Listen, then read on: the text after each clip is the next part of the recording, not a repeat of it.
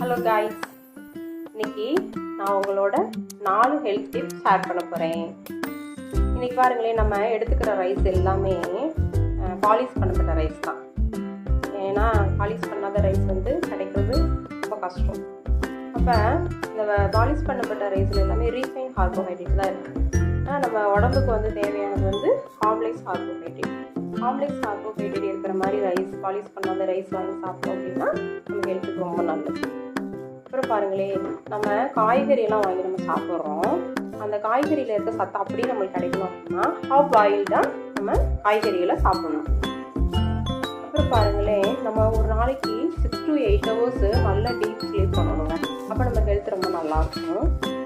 இது எல்லாமே நம்ம பண்ணினாலும் முக்கியமான ஒரு விஷயம் நம்ம கண்டிப்பாக பண்ணணும் எல்லாருமே. அது என்ன அப்படின்னா, நம்ம எப்பயுமே ஹாப்பியாக நம்ம மனசை வச்சு